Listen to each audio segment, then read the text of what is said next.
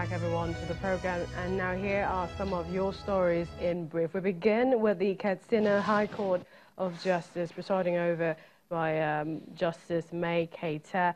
That's the High Court there, that is fixed May 27, 2019, for the continuation of trial between the Kaduna State government and the former governor of the state, Ibrahim Shema, alongside 3 others. Elsewhere, the Kaduna State government has set up a Judicial Commission of Inquiry into the incessant violent conflict in Kaduna local government area of the state. The commission, according to the spokesperson for the state government, Samuel Arawan, is to be chaired by Justice Isa Ali of the Kaduna State High Court and also retired officers from the police, the Air Force, Navy, and the DSS as members. Now, the commission spokesperson says terms of reference of the commission is to unravel the immediate and remote causes of all instances of disturbances from 2017 to date in Kaduna local government and surrounding communities.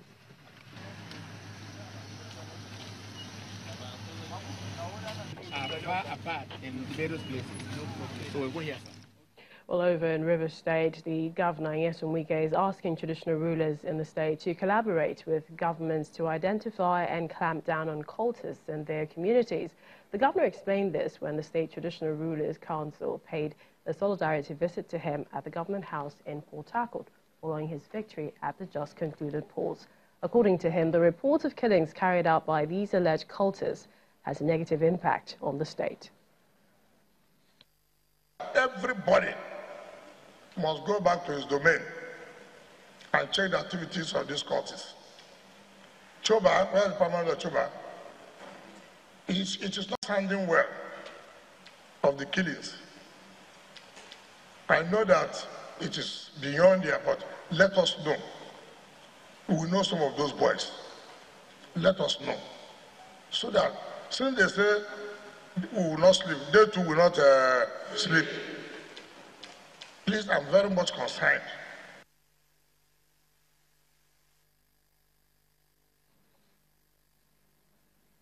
The Office of the United Nations High Commissioner for Human Rights has confirmed it is investigating petitions written by the Benue State government against agencies of the Nigerian government, warning against impending security threats capable of causing loss of lives and other rights violations in the state. The senior rights advisor from the agency, Mr. Martin Ejidike, confirmed this to Channels Television's correspondent in Makurdi on the sidelines of a 3-day interagency working session organized in collaboration with the National Human Rights Commission. The Executive Secretary of the National Human Rights Commission notes that humanitarian responses in conflict situations without administering justice to victims will only amount to dressing the wounds without healing and restitution.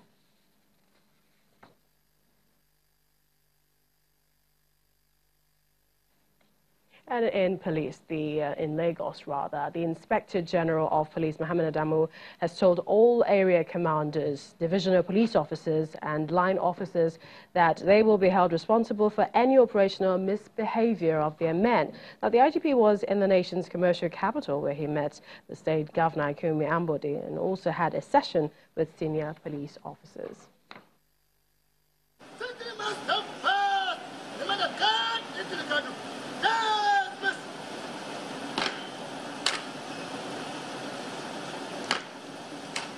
Very senior. Well, let's find out what's happening at the National Assembly today. Our parliamentary correspondent, Linda Akibe, is covering the Senate for us. And let's hear what's happening today at the Red Chambers. Linda. It's the resumption of legislative proceedings for the week. Plenary session is about to start in the Senate and the House of Representatives. So lawmakers are in their individual chambers waiting for plenary session to start. Now, one of the things we're looking forward to today or this week is the 2019 budget. Now, the Senate President had given the Senate Committee on Appropriation the deadline of last week, between Tuesday and Thursday last week, to lay the 2019 budget before the Senate at plenary. But that did not happen. We didn't have a word of the 2019 budget. It was not laid, and no explanation has been given as to why the 2019 budget, as to why the Appropriations Committee did not lay the 2019 budget before the Senate at plenary last week.